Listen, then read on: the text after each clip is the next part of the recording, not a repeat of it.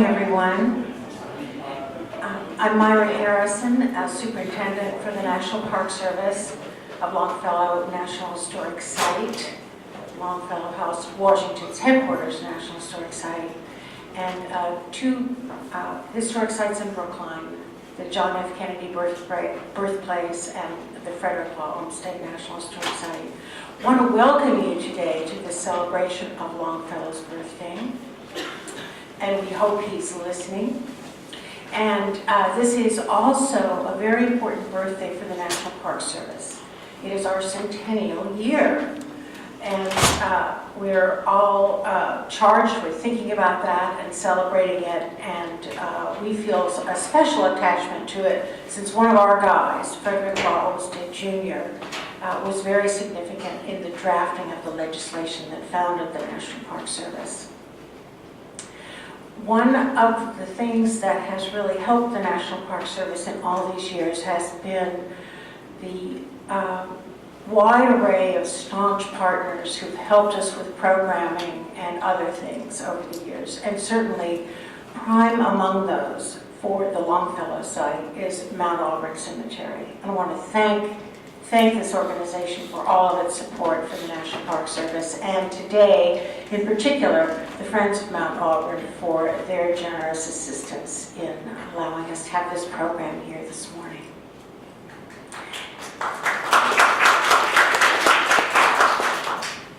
Now I'd like to introduce Garrett Clower, who is the Supervisory Park Ranger at Longfellow House, Washington's headquarters, National Historic Site, so that he can introduce our speaker. Thank you.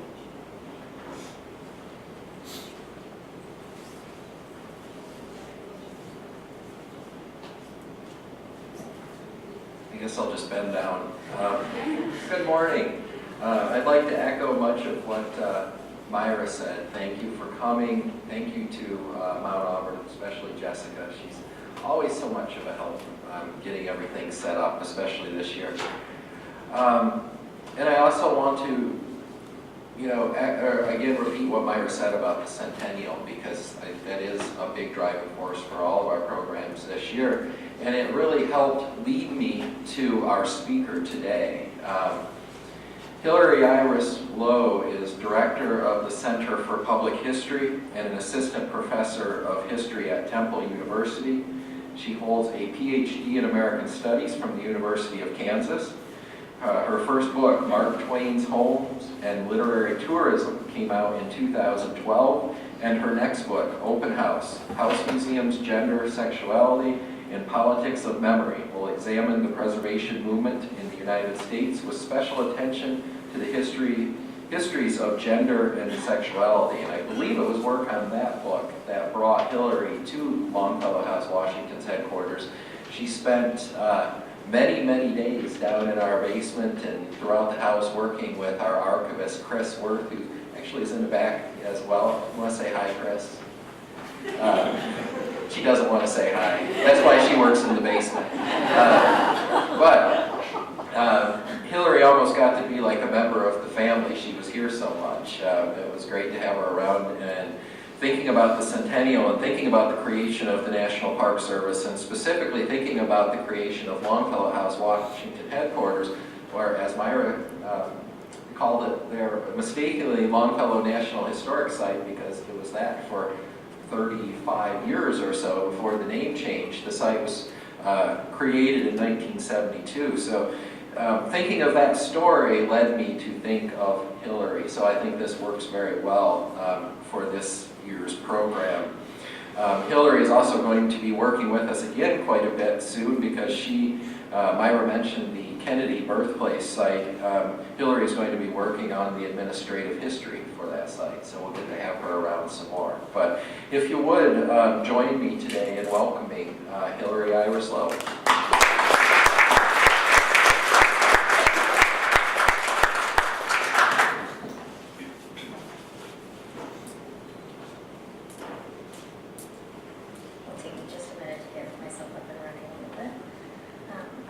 Thank you for having me here.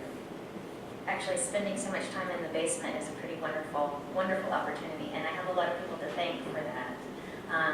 Ranger Garrett helped me a lot while I was at the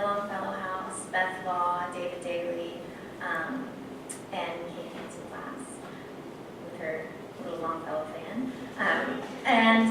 It was wonderful to spend some time there. I was there at the, thanks to a fellowship from the Friends of the Longfellow House, which made all of my travel and my initial time there really possible. I had gone there initially to do a study, which ends up will maybe be my life's work, on the literary sites within the National Park Service, because I'm very interested in the ways that the federal government has made its own canon of authors through its recognition of authors' homes and historic sites through the Park Service. But when I got there, I was completely derailed and ended up getting a fellowship from my own university to come back and spend more time. So I was mainly derailed by the people that I found in the archive and the collection that is there. And I very much want to thank Chris Worth for all the time and the guidance through the massive collection of letters that the Longfellow House holds from the entire Longfellow family and the Dana family and many other families going forward. So today I want to talk a little bit about 3 different issues. The Henry Wadsworth Longfellow and Fanny Longfellow's own sort of preservation ethic, which I think is a pretty early preservation ethic, and at least thinking about how we live respectfully within historic homes. And I'm going to talk a little bit about the founding of the Longfellow Trust, which I think is an incredibly dynamic vehicle for preserving historic homes. There are a lot of trusts in our history of preservation, but the one at the Longfellow House has some specific elements that are quite interesting, at least to me and to maybe legal historians of trusts, so I'll try to not go too deep. And then I want to talk a little bit about the National Park Service interest in the site at the beginning.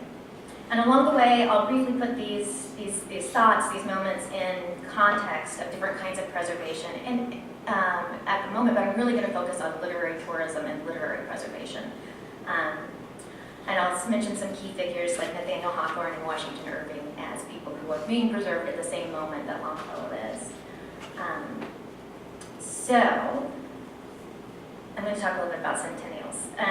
Although the National Park Service is celebrating 100 years this year, places like the Longfellow House were being preserved well before 1916. As many of you know, our first national park was Yellowstone, which came about more than 40 years before Congress saw fit to create the service. But the national parks didn't really add its first history site until 1933. So the national parks definitely set about to preserve nature parks that we know about, massive environmental resources, and archaeological resources. But 1933 was the first time that they recognized and had a historic site developed specifically for the Park Service. And by 1935, with the National Historics Act, they were well into the business of seeking out remnants of our built environment that might be deemed nationally historically significant. Oh, I actually jumped in there, sorry.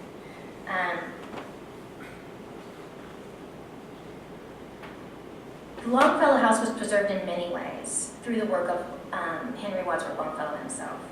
Early notations in his brief, he kept a little notebook when he first lived at the house. And he kept it, it's hard to tell, it's a little sketchy, some of it's in his hand, some of it may be in Fanny Longfellow's hand. But he kept it for maybe 5 or 6 years. I think he added a couple of things later. But he kept a journal about the house, which is unusual. Most poets don't keep track of the things that happen at their house, and he kept it even before he owned the house. So he kept it while he was a renter. So many of you know he moved into the Craigie house then in 1837, and he lived there when he wasn't traveling abroad until the end of his life. But even while Longfellow was still a renter at the house before Nathan Appleton bought it for he and Fanny Longfellow, he carefully noted in this journal about the house. And so one particular entry I thought was worth reading to you today. So Joseph Worcester was another tenant there while Longfellow was there. He came back to the house one day and he found that something had changed drastically. And he wrote, "In an evil hour, this Worcester cut down the elm trees in front of the house, which had been nearly destroyed by the cankerworms, or rather their tops were cut off in the vain hope of saving them. Thus fell the magnificent elms which signalized the place and under whose shadow Washington had worked.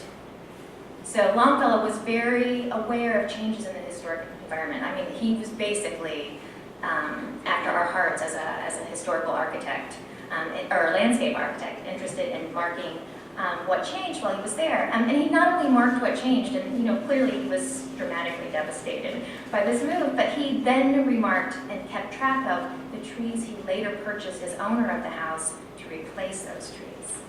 So he was rebuilding the historic environment as a resident there. And he kept track of where he planted them, he kept track of where they came from. I mean, he was a documentarian about the house, and he knew that he wanted to recreate that environment, at least in the front of the house. It's possible that Longfellow's relatively short-lived documentarian streak was highly influenced by his fellow tenant, historian Jerry Sparks.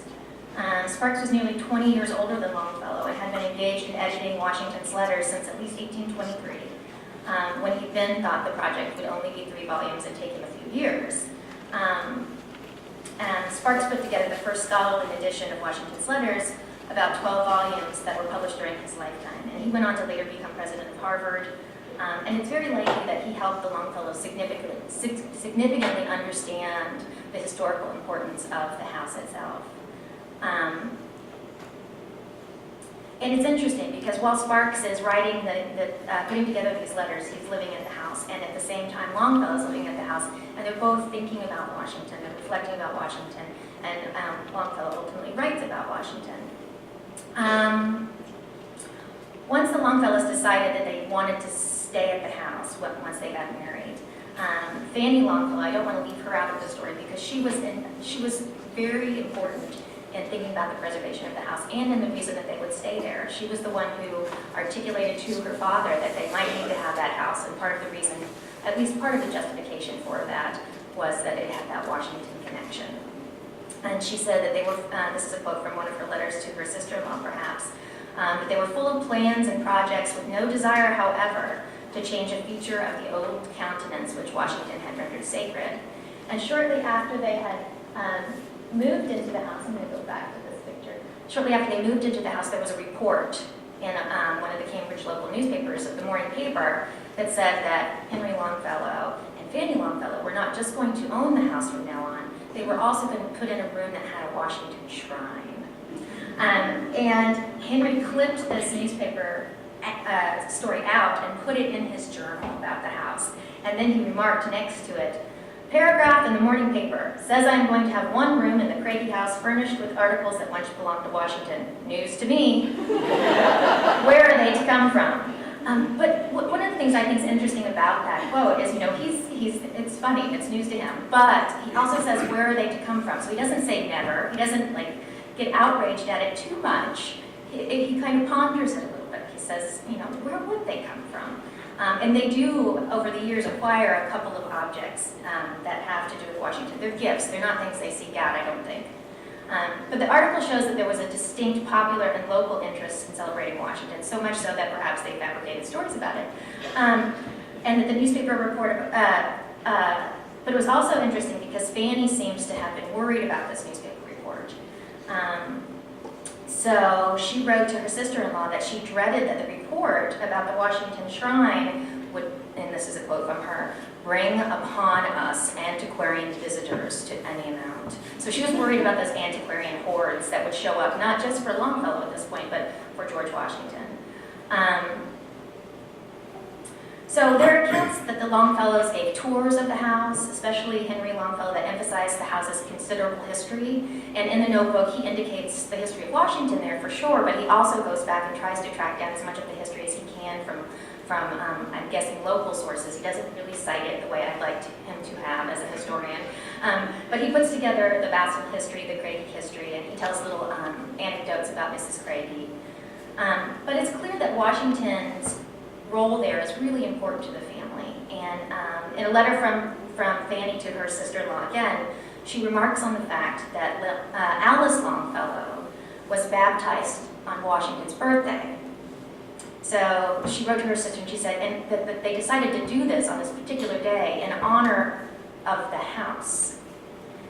And because she will be 5 months old that day. But it's interesting, she doesn't say in honor of Washington, but it's because of the house and its connection. So they live in a way that's really connected to the long history of the house on a relatively daily basis and in a way that shows their celebrations. And it's interesting too, because Alice then goes on to be the person in the family who most takes care of the house after the poet Longfellow's death. And she's the biggest preservationist in the family. So she's the longtime caretaker and resident of the house, and she's an active and perhaps the longest serving Massachusetts vice regent to the Mount Vernon Ladies Association. And she's the vice president of the organization that her cousin founds, which is the Society for the Preservation of New England Antiquities, which now we know as Historic New England. So she's a preservationist of a pretty strong degree, and I think a lot of this comes from her parents. And it's when she's living at the house, and I can't say that it was her idea to start the trust, but she's very, very much involved in the actual steps that the family takes to preserve the house from there on out. And that will bring me a little bit to the discussion of the Longfellow Trust. But before that, I want to give a little context for the kinds of preservation and the kind of literary tourism that's going on in places like the Longfellow House, almost whether or not literary figures want it to happen. So Longfellow's house was a site of intense literary tourist interest well within Longfellow's life. He was a huge celebrity, and as a result, his children grew up with that celebrity. And so they were very accustomed to people seeking out, staring at the house, wandering by the house, knocking on the door. So those crazy, they didn't really have the antiquarians who came out, but they had the poetry fans who were coming by. And Longfellow often obliged them and allowed them to come into the house and spend time and meet him, and he was very friendly. And the thing is, after he died, that did not stop. So I'm gonna show some of these pictures. So by the time of his death in 1882, the houses of American poets were of great interest to the literary public, especially in the wake of the Civil War.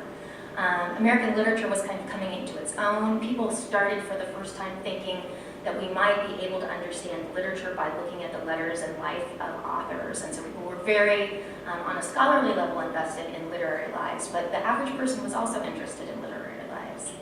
And a number of publishers began writing guides to the homes and haunts of American literary figures. They were the coffee table books of their time. They were richly illustrated with etchings of exteriors and interiors, and they fed a generation of literary tourists and likely led a number of them to knock on the door of the Longfellow house while Alice Longfellow lived there.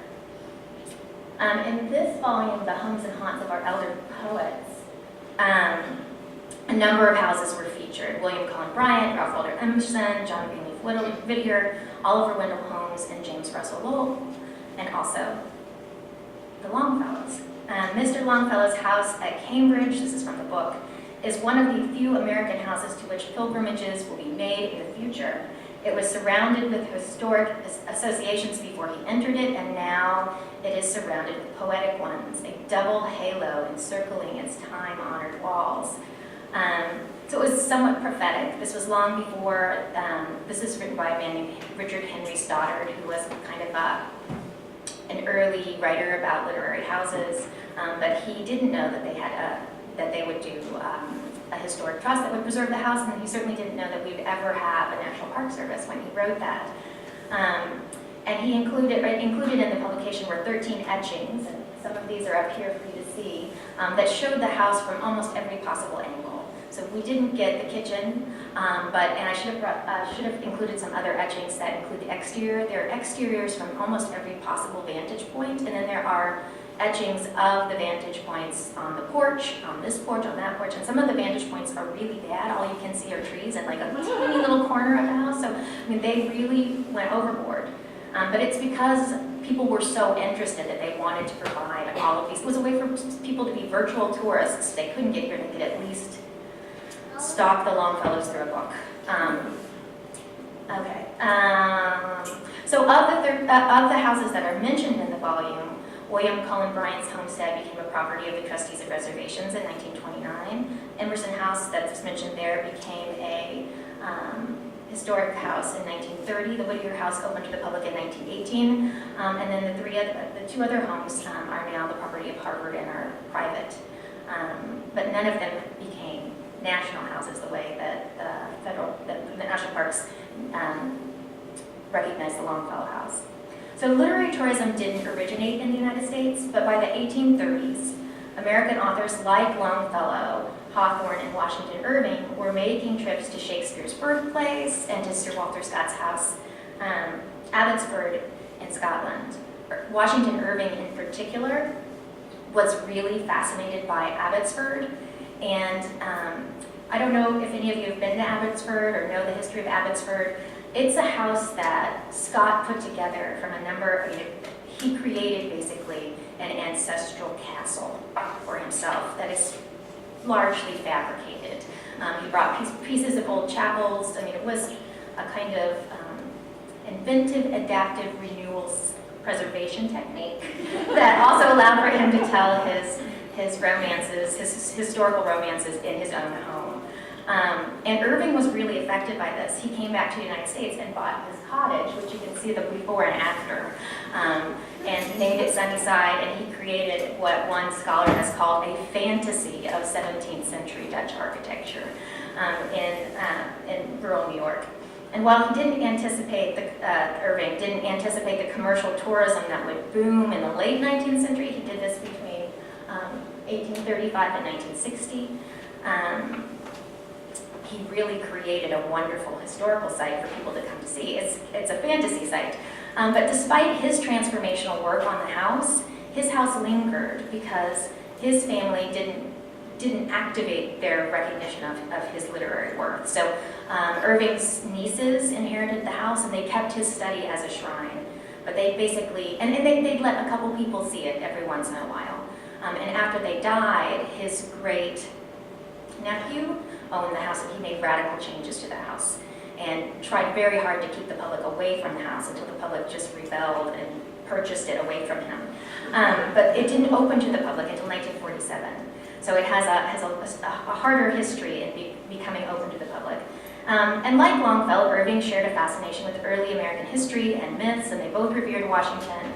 Irving himself wrote a 5-volume biography of Washington, while Longfellow wrote poetry about him. However, Longfellow had no desire to manufacture a literary home with a faux heritage to match, but he didn't have to.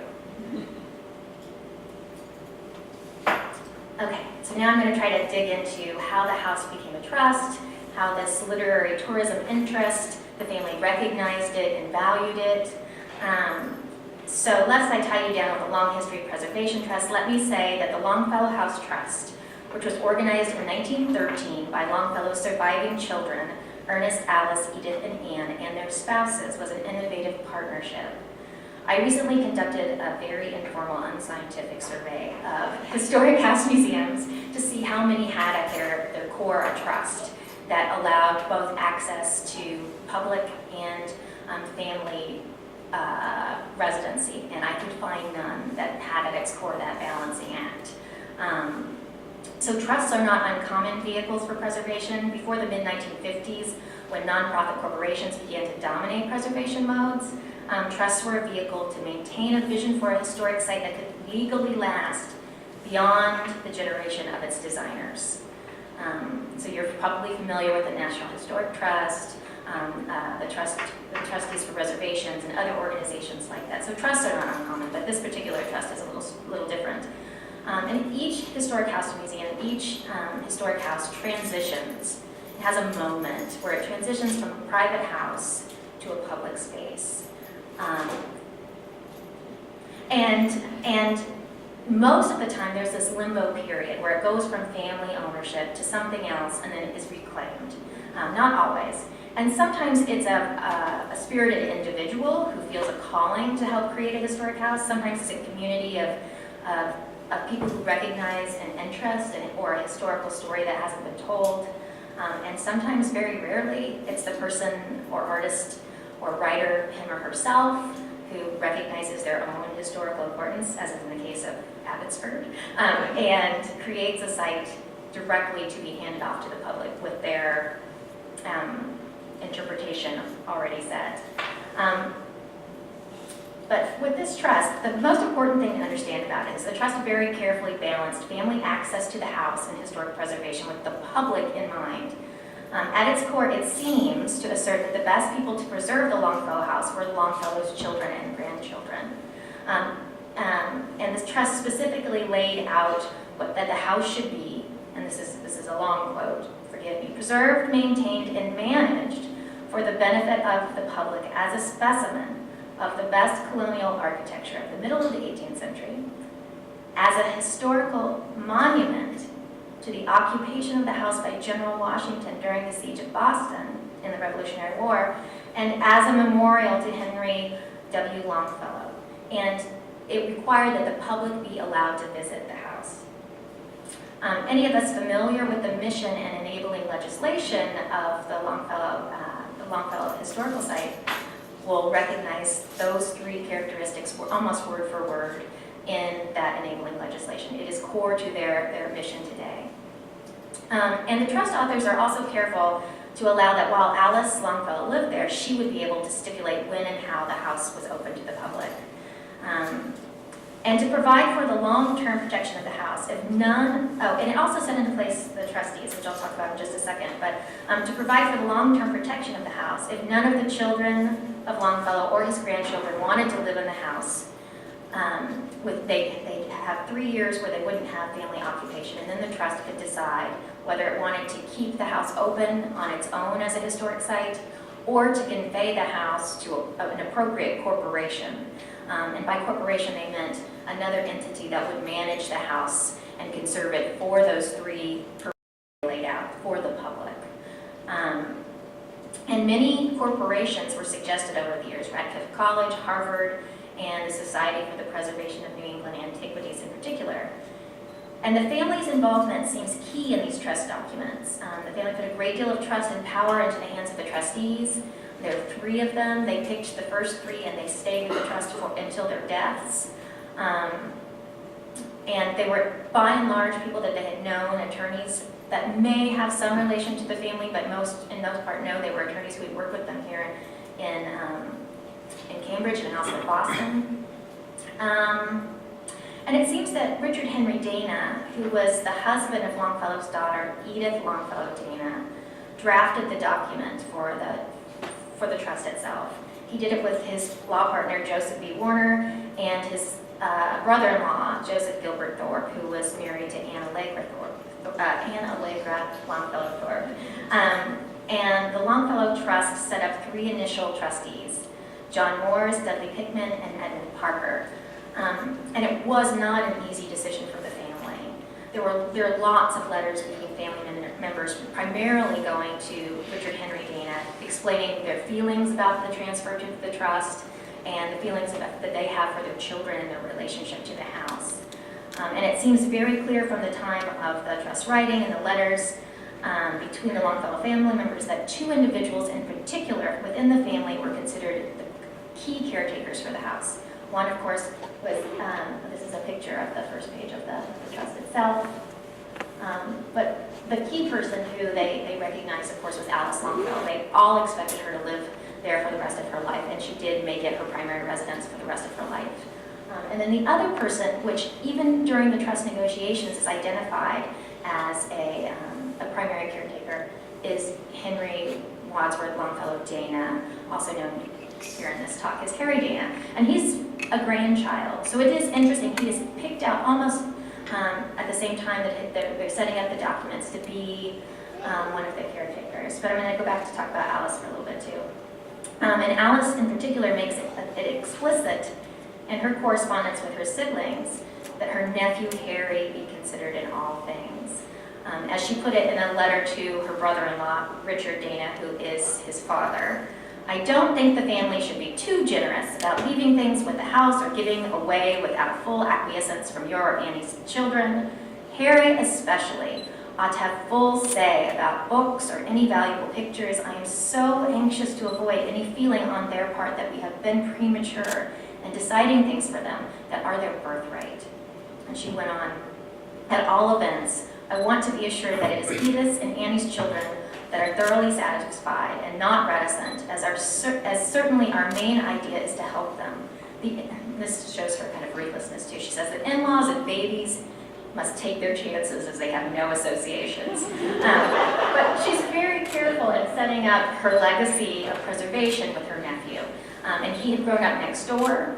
He wrote about in his journal, I'm writing a longer piece on him right now, and I'm trying not to make this entirely about him, but he wrote a journal as a teenager about his feelings about the house upon his, and one of the entries from his 21st birthday, I don't know if he'd had a lot to drink, I don't know what it was, but he ends up on the steps of the Longfellow house seeing the ghosts of Longfellow and Washington. You know, most of us don't spend the evening of our 21st birthday pondering and thinking about historic sites and their connection to our core being, but he did, and I think she really recognized that from when he was very young.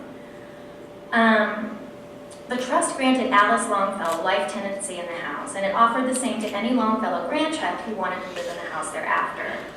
And it ends up that it was fortunate that they put the trust together when they did, because Edith Longfellow died just 2 years later, and Ernest Longfellow in 1921, and finally Alice in 1928, and then her sister lived much longer and only died in 1934. And the trustees that they chose took their roles very seriously. They zealously guarded the house after Alice's death, but seemed to never interfere with her wishes while she was alive. During Alice's life, her nephew, Harry Dana, came to live with her at the house in 1917. So Alice lived there through 1928. Harry comes in 1917, and he comes in 1917 because he has been a professor of literature at Columbia University and has vocally protested the First World War. And he was fired from his job, and it devastates his career, and it devastates him, and he comes to the house, which most comforts him, and stays with Alice, and he makes the house his primary residence, with one brief exception for the rest of his life, until 1950. He stays in the house until his death in 1950, despite some degree of persecution by the trustees, and a brief period where the trustees force him to leave the house because he has been arrested and very quickly acquitted of a morals charge here in Cambridge. They ask him to go on a long vacation, and while he's on a long vacation, they look to transfer the house to a suitable corporation. He and the family strongly protest this, and they're not able to make that transfer. And in part, he was somewhat persecuted by a particular trustee. When that trustee dies in 1937, Harry's attorney, in his legal case here in Cambridge, mysteriously and rather fortuitously becomes his trustee replacement. And his name is Francis Goodell. And in some ways, he's kind of the hero of this story. And I've become very attached to him, and I want somebody to write a book about him. But Francis Goodell, I think, is very worthy of investigation in his own right. He becomes the driving force of the trust. And because he cares about Harry and his family, he balances those responsibilities with incredible care. And after Harry's death, he's the primary person who pushes the trust toward the National Park Service. Goodell was an attorney with Hill and Barlow in Boston, and that's the firm that defended Sacco and Vanzetti, and he was also the founder of the Massachusetts Civil Liberties Union. So he's a very politically active person who gets really drawn into the Longfellow house and he cares for it deeply. And during what we call the trust period, or what I call the trust period between 1913 and 1972, Alice Longfellow rarely had the house entirely open to the public. Even though the trust said she was supposed to provide public access, she limited that. In part, she wrote to Harry in 1913, she said, "I tried after your grandfather's death having the house open every day." And then she wrote, "And I nearly went crazy. Neither Abby and I will ever try it again. Never." And she underlined never. And she wasn't an underliner. If you look through her letters, she wasn't emphatically an underliner. So she was really letting him know that it was not going to be open to the public under her care. You know, she let the Cambridge Historical Society meet there. She let a number of social organizations have meetings there. She held graduation ceremonies for women from Radcliffe. But, you know, she didn't open it to the public regularly. However, by the 1930s, under Henry Dana's tenure, the house was regularly open to the public. And there are early guest books from this period that show a wide range of visitors. From the United Daughters of the Confederacy to Robert Frost. And Harry Dana eventually convinced the trustees to charge a small fee to visitors. And he made incredible use of a nearby bus stop. There were times when as many as 6 buses a day came through the Longfellow House in the 30s.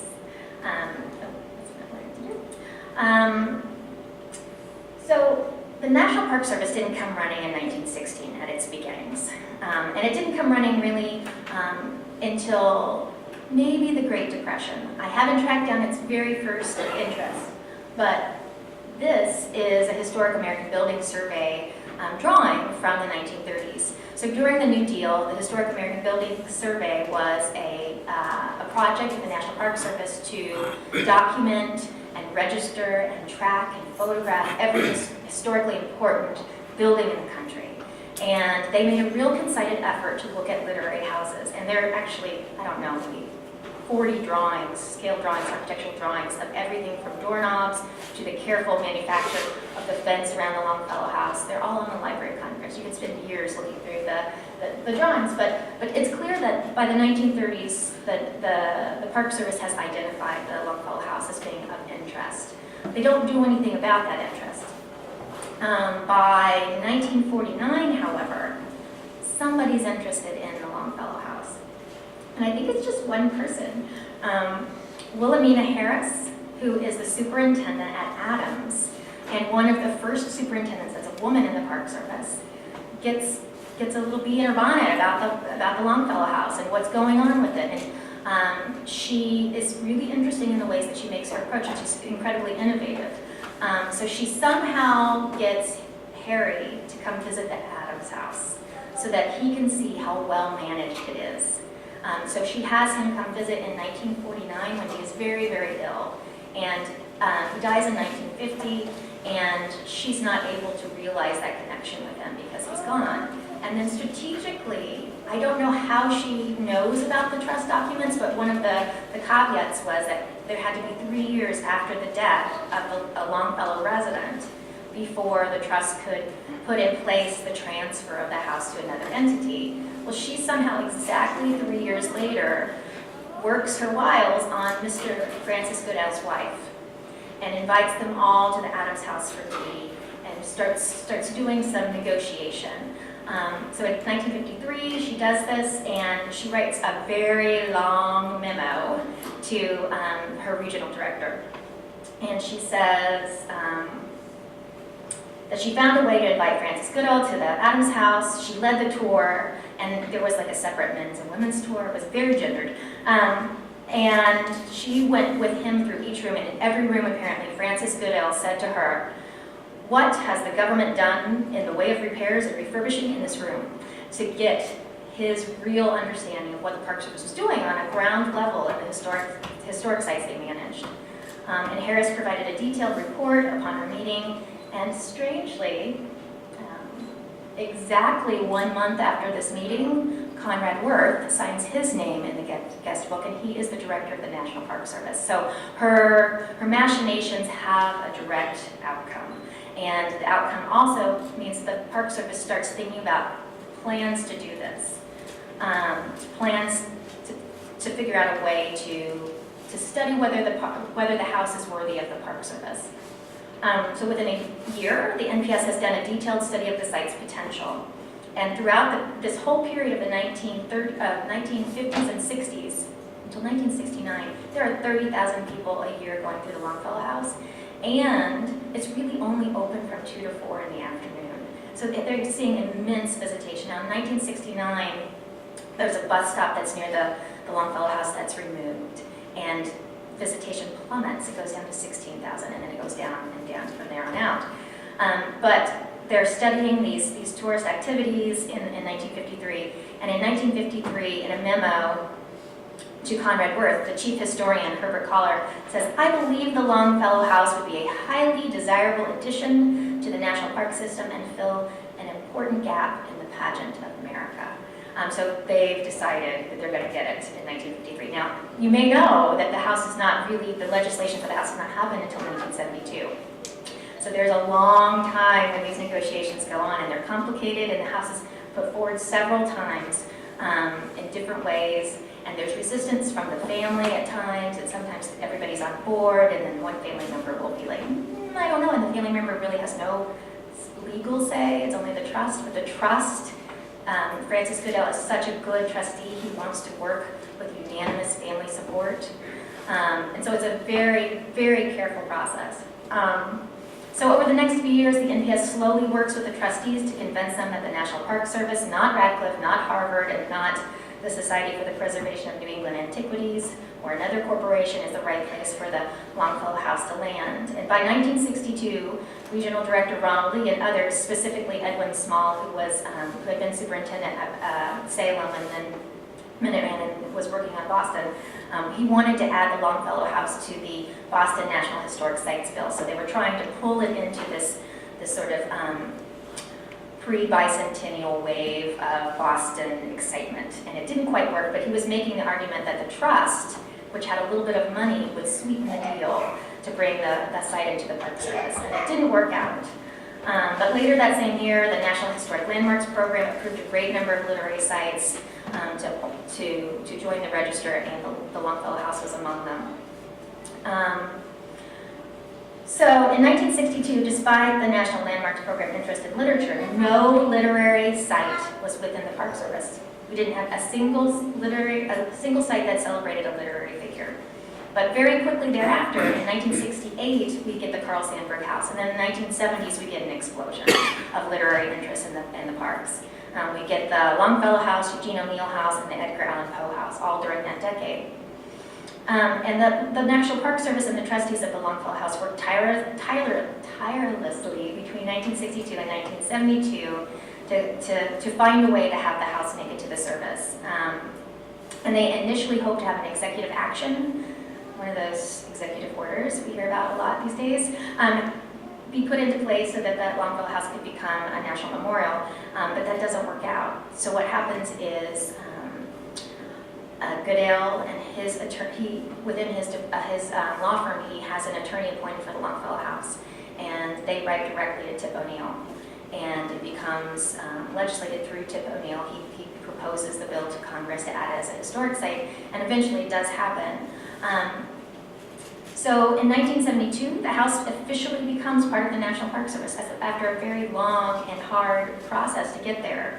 The NPS shuts it down for a couple of years to make it, to update it, to make it available to visitors, to do reconstruction and historical preservation work. And on September 9th, 1974, the NPS reopens the house to the public.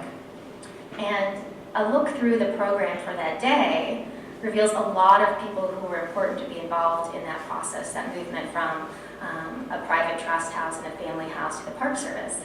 But one name that is strikingly absent is that of Francis Goodell, who had to step down as a trustee after more than 30 years as the house's quiet, careful, and considerate caretaker. By the time of the ceremony, his health had kept him from being able to serve as a trustee. He resigned as a trustee in 1969. And it's likely that he wasn't among those in the crowd. I don't know that for a fact. But he died at the age of 90, a month after the house reopened. But what you can see here is that each individual in the Longfellows, since Longfellow's residence at the house, has cared deeply about the house, its history, and its careful preservation. This home has been loved for its historic and poetic influences since 1837, nearly 180 years. And now it's been a shrine longer than it's been just a residence. And that's what I have for you today.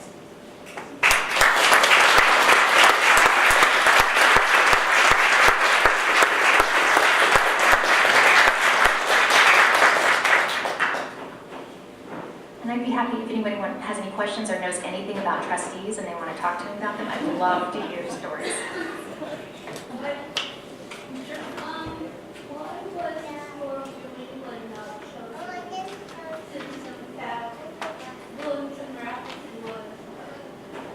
I think he wanted it too much, honestly, he wrote maybe 15 to 30 letters to Harry, Dana, and to Alice asking about when the house was going to become the property of the Society for Preservation, Society for Preservation of New England Antiquities.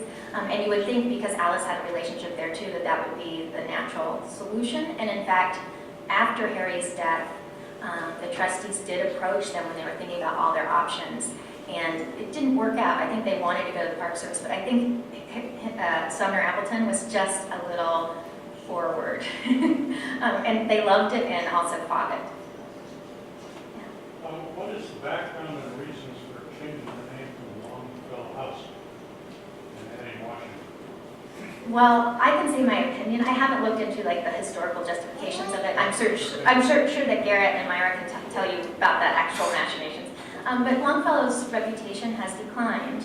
Not that many people know about Henry Longfellow, and in fact, I mean, they know iconically about Henry Longfellow, but they don't have an intimate relationship with his poetry as they once did. My grandfather could cite Longfellow easily and was very disappointed at my education that I could not.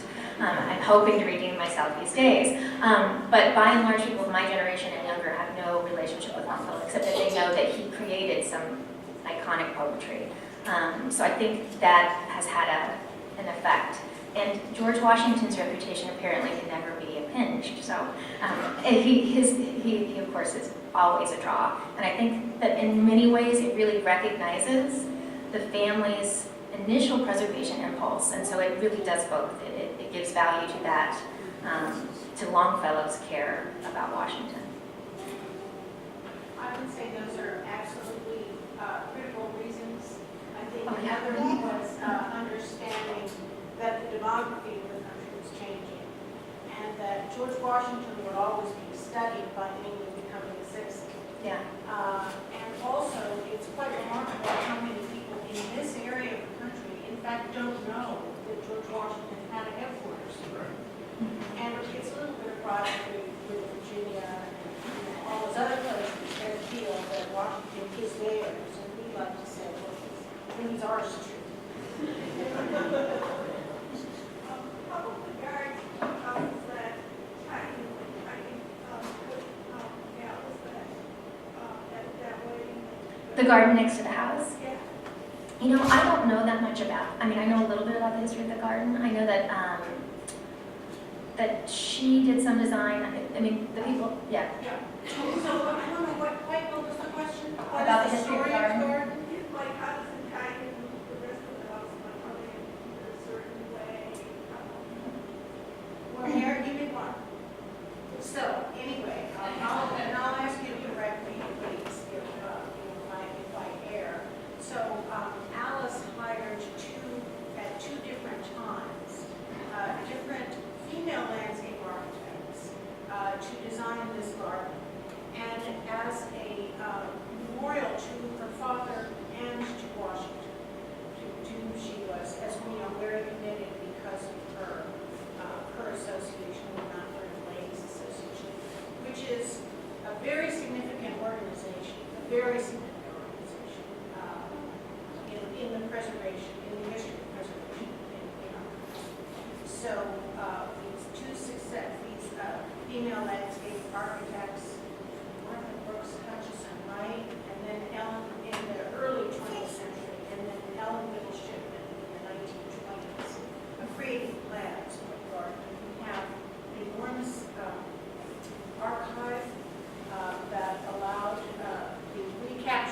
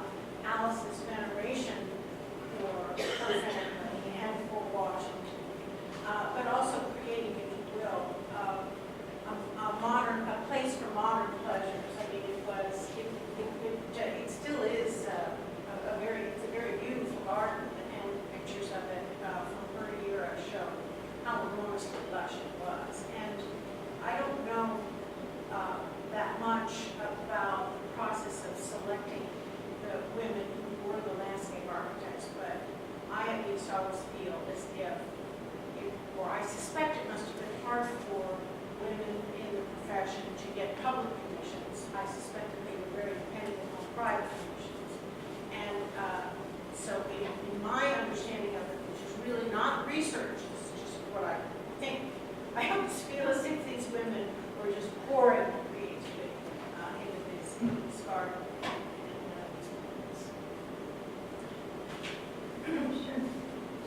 The photo of the Montgomery Ladies Oh, Association. yeah, I didn't point out which one. Yes. Any other significant figures? Oh, I wish I was prepared to do that second part. But Alice is the one right here.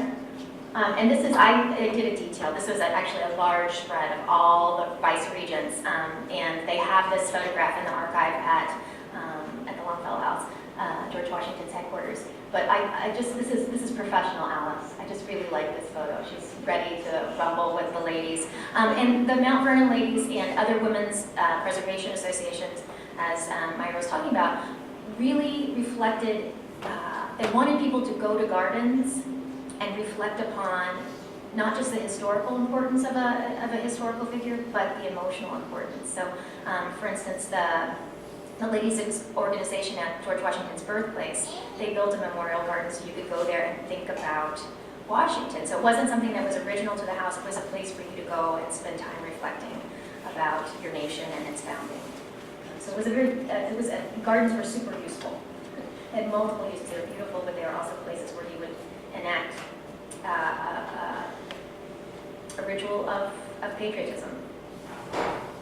Yeah. Say something during the trust period about the finances. Was it a burden to the family and the trust, or were they buy Park Service from the state? The Park Service, so all of those things. So the Park Service came and saved the day in that there was millions of dollars of deferred payments at the house. However, the house also came with a $200,000 budget from the trust that had not been expended on those costs because they kept it to create operating funds for the house itself. So there were members of the family who didn't think that the federal government needed that $200,000, and we know that the federal government probably did need those $200,000, and so they were promised that chunk of money would be kept separate from the massive federal budget and partitioned off just for Longfellow House use. And of course, the Park Service very quickly spent much more than $200,000 towards the house itself.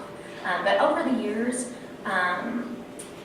the family provided, especially Alice, provided a special bequest to the trust so that any of her nieces and nephews could stay there rent-free. So that was really, I think, that she had Harry in mind, that she didn't want him to ever be burdened with having to pay rent to live in the house, because one thing the trust sets up is that the person living there has to take care of expenses. So she tried to make sure he didn't have too much of a burden, and he didn't have too much of a burden, and yet he didn't have enough to do some of the stuff, some of the maintenance that he might like to do. And one of the things he very much wanted to do was to build this, which is a vault that he had built in the basement for all of the Longfellow family papers. So he was an archivist at heart, and his preservation role was to preserve the papers. So he used some trust funds and some of his own funds to make sure that they were preserved. When the trust was set up in 1913, that was a period when the U.S. government was looking at new tax policies, income tax in 1913, estate tax in 1916. Was that part of the Longfellow family's thinking? Unfortunately, no. I mean, I think it must have been in some ways, but it was not a nonprofit trust. It was not set up as a nonprofit, so they did have to pay taxes. So once they decided to charge an entrance fee, the house was making income. And they were very careful to try to keep the fee just below what was required for reporting. So they were very careful and aware of those things, but not as aware. And they didn't consider seriously changing the trust to a nonprofit organization. So it's something that I wonder about, and I haven't looked at the trust finances, and technically the trust mechanism didn't have to report to the family. So some financial record keeping is not as available as to a researcher because it wasn't considered essential to keep, and yeah, so I'm wondering about that too. Yeah.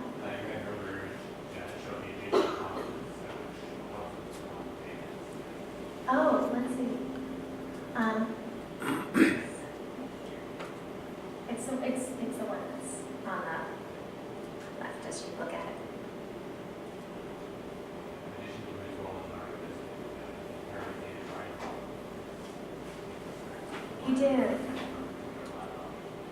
He did. So he primarily facilitated research access to the Longfellow papers, which were still at the house. Now they're at Harvard. So he facilitated research access. He co-wrote some articles with Longfellow scholars, and he wrote a history of the house that was published in the Cambridge Historical Society publication. And he wrote a lot of, he was primarily a scholar. He's full of really fascinating things. He was primarily a scholar of modernist Russian drama. So he wrote a lot about that. And he was both a socialist and eventually kind of flirted with communism. So he wrote a lot about Russia for popular magazines like and popular Marxist magazines. So he wrote for the New Masses, and he also helped found a trade school, a union trade school. And so he was really politically involved in a lot of ways and did a lot of writing. And he wrote an enormous number of letters. I don't know how he actually ever had time to write anything else because his correspondence is so huge. He actually had to hire a secretary to help him with it.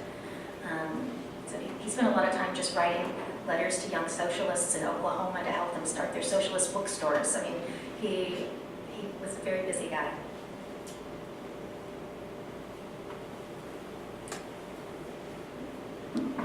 Thank you.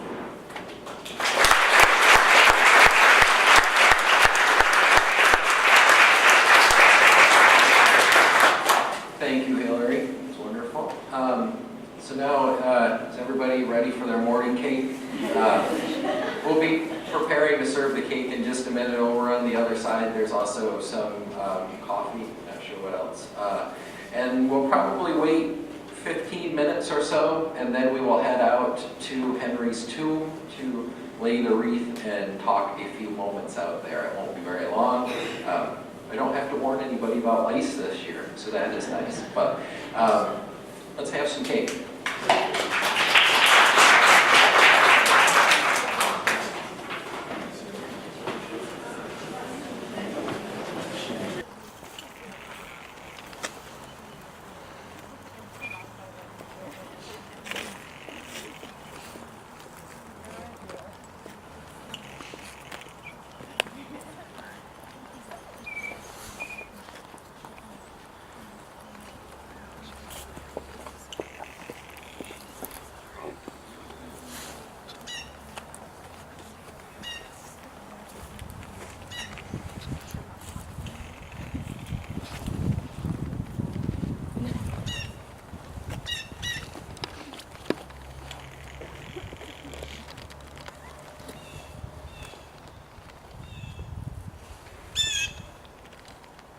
Well, thank you for coming on out to the tomb part of the birthday party. Yes, it always seems weird a little bit to have the birthday party at the cemetery right there. I do think it's fitting because this really was, one of the Longfellow's favorite places.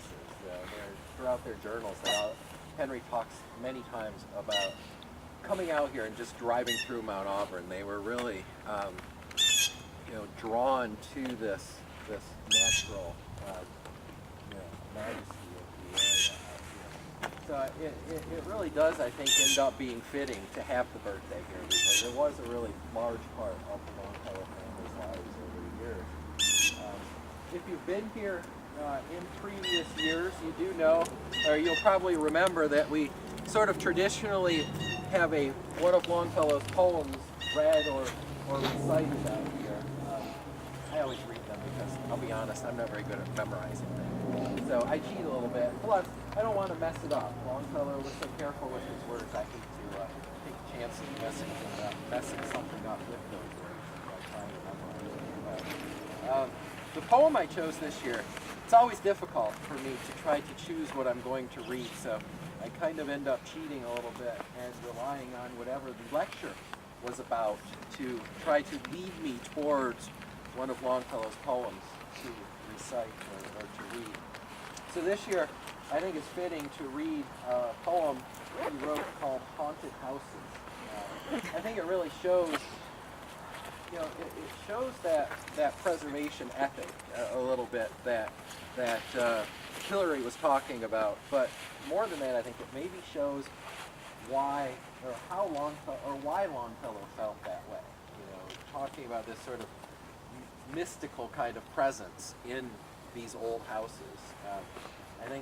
I really do think Longfellow could almost sense the presence of Washington. At one point, he does even talk about, in one of his journal entries, seeing the ghost of Washington, directing firefighters that were working on one of the buildings on the estate that had caught fire. So I think it's fitting. Like I said, it's called Haunted Houses. All houses wherein men have lived and died are haunted houses. Through the open doors, the harmless phantoms on their errands glide, with feet that make no sound upon the floors. We meet them at the doorway, on the stair. Along the passages they come and go, impalpable impressions on the air, a sense of something moving to and fro. There are more guests at table than the hosts invited. The illuminated hall is thronged with quiet, inoffensive ghosts, as silent as the pictures on the wall. The stranger at my fireside cannot see the forms I see, nor hear the sounds I hear. He but perceives what is, while unto me all that has been is visible and clear. We have no title deeds to house or lands. Owners and occupants of early dates, from graves forgotten, stretch their dusty hands, and hold in mortmain still their old estates. The spirit world around this world of sense floats like an atmosphere, and everywhere wafts through these earthly mists and vapors dense a vital breath of more ethereal air. Our little lives are kept in equipoise by opposite attractions and desires, the struggle of the instinct that enjoys and the more noble instinct that aspires. These perturbations, this perpetual air of earthly wants and aspirations high, come from the influence of an unseen star, an undiscovered planet in our sky. And as the moon from some dark gate of cloud throws o'er the sea a floating bridge of light, across whose trembling planks our fancies crowd into the realm of mystery and night. So from the world of spirits there descends a bridge of light, connecting it with this, o'er whose unsteady floor that sways and bends wander our thoughts above the dark abyss. So also part of our tradition every year is to have usually a family member place the wreath up by the tomb. This year, unfortunately, due to some scheduling issues, we were not able to have a family member come out to the graveside and join us. So I decided I would ask one of our former employees at the Longfellow site, a good friend of the house. We have Kate here to help us.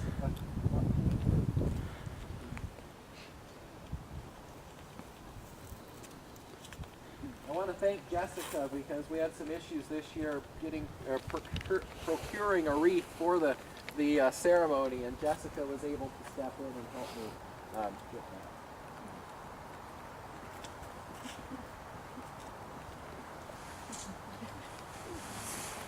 So thank you for coming to